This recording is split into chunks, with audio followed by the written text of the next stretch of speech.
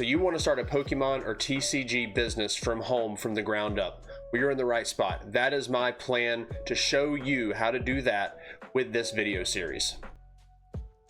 So who am I? My name is Eric with Snap and Collectibles TCG. Some of you might have seen me on my other page, Snap and Collectibles, where I kind of talk about sports card. That's where I have spent the most of my time in collectibles. I grew up with Pokemon like most millennials, but I stepped away in high school because I was too cool for Pokemon. And I kind of stuck with that motto for quite some time. Up until college, I was outside of the collectible game. And then I got into sports cards shortly after. I started collecting, J.J. Watt, Cam Newton, those big superstars of that era. But something that I was missing was the nostalgia of Pokemon. When COVID happened, I stepped back into the TCG space, just picking up some collectibles, the stuff you see here behind me, some of the base 3.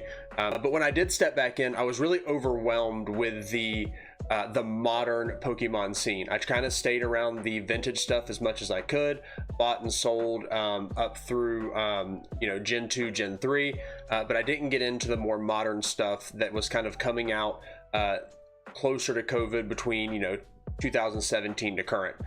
Around 2002, I kind of put Pokemon on the back burner, and then I moved back over to sports cards. There was some stuff that I really was enjoying opening at that time, but as of recently, the sports card market has really exploded. It's really hard to get sealed product at a good price. Of course, so is Pokemon right now, but there's one big difference between the TCG scene and sports cards, and that's kind of why I'm here to talk to you guys today. What I want to do is I want to break into the TCG or Pokemon space with foreign sets. As we all know, the English Pokemon sets are astronomical right now, $300, $400, $500 for a booster box, and that's very similar to what you see in the sports card market. But something that I really want to look into, because it's affordable, not just for myself but everyone around in the United States, is to look into Japanese or Korean sets, so that I can start building my collection again, but also hopefully provide that to people domestically, right? My plan, I have about $550 to $600 saved up, and what I want to do is I want to actually some inventory. I do have a couple domestic suppliers, not distributors or anything like that. They're actual brick and mortar stores that I want to try to source some product from that I think have really good prices, especially considering the market space right now. And I want to get into that market. The good thing, like I kind of already discussed with Korean and Japanese Pokemon, is that the price point is very enticing. As of right now, I think you can get a booster box from anywhere from $45 up to about $110 of the modern stuff, right? Which is very affordable considering what the English market is. So that's the good.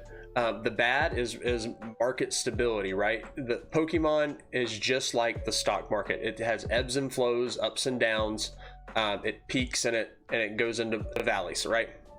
Right now we're at a peak, and I don't even know if it's really peaked. It's still climbing, but I think the window of opportunity is there to get in and kind of dabble in the market of foreign products before we see that downfall, or to see the market go back into that valley to where we kind of level off. I don't think the bubble is going to necessarily pop.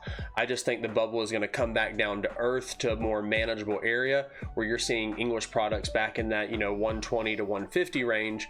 And that's great for the English market, but what will happen with that Japanese and Korean market, that demand will immediately fall, and it will go back down to its level space of anywhere between $35 to $70 for a booster box. So that's kind of the market stability, the risk reward that goes with that, that you really have to consider when you're getting into that. And that's something that I'm still weighing about whether I want to go Japanese or Korean, and kind of go from there. Korean obviously is a lower entry point than Japanese, but then you get into the whole ordeal with quality, right? Japanese is known, the Japanese sets are known for their quality even over the English sets.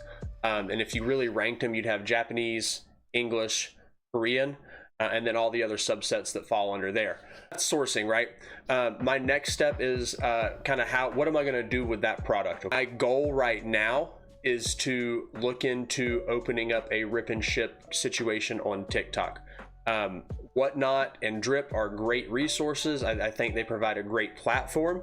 But I'm still doing research on how I want to go about that regarding, you know, the fees that go into it, just the overall image of those two markets. I know there's been a lot going on, not so much Drip, but you've seen it more on Whatnot, just the unclean business practices. And that's not everyone on there, but it is something you have to consider when you're opening up a quote unquote business to start. You want to make sure that you're attaching yourself to the proper image.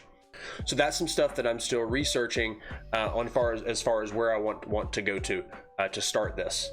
My ultimate goal in this is to be able to source inventory and provide sealed product to buyers.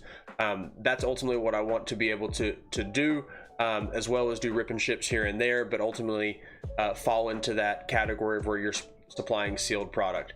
Now I'm not talking about getting to the level of a Poke-NE, anyone of that level, because that takes time, and quite frankly, that's not an overnight process, right?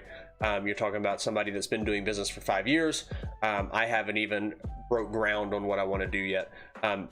If I were to get there, great. But starting off, you know, I'd really like to just be a small operation, you know, operating out of my office here at my house, or maybe move down into my basement where I have a little more area for inventory and things like that. And then on the side, I also have cards that I can grade to essentially go raw to grade and try to generate some revenue or profit that way. So that's the plan. That's really where I'm at right now. You guys are getting in on the ground level with me, and I'd love to have you along for the journey. If you enjoy this content, like and subscribe. That helps me out with the algorithm so I can spread this message out to everyone in the space. But also check out my TikTok. Over there I do just, you know, personal pack openings, keep up with news through Poke Beach, and then also just keep up with some of the things going on in the trading card or the TCG space. If you're still here, thank you for watching, and until next time, peace.